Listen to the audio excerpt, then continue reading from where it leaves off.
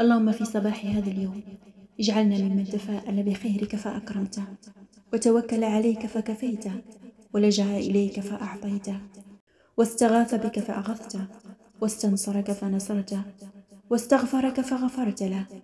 اللهم زينا بالستر والعفاف، وأعنا على العدل والإنصاف، ونجنا من كل ما نخاف، واجعلنا ممن قلت فيهم إن لهم الأمن وهم مهتدون.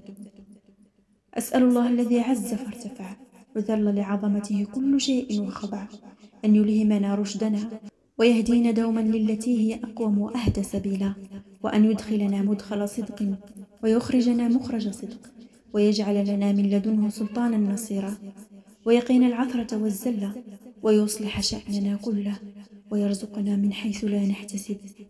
اللهم ارزقنا ذكرك عند كل غفلة، وشكرك عند كل نعمة، وارزقنا قلوبا خاشعة لذكرك، واجعلنا ممن يوفي بعهدك ويؤمن بوعدك ويعمل لطاعتك ويسعى لمرضاتك، واجعل ثواب أعمالنا جنتك، وتجاوز عن ذنوبنا بعفوك، وألبسنا عافيتك، وأتم علينا نعمتك، ووفقنا لشكر نعمتك. اللهم آمين يا رب العالمين.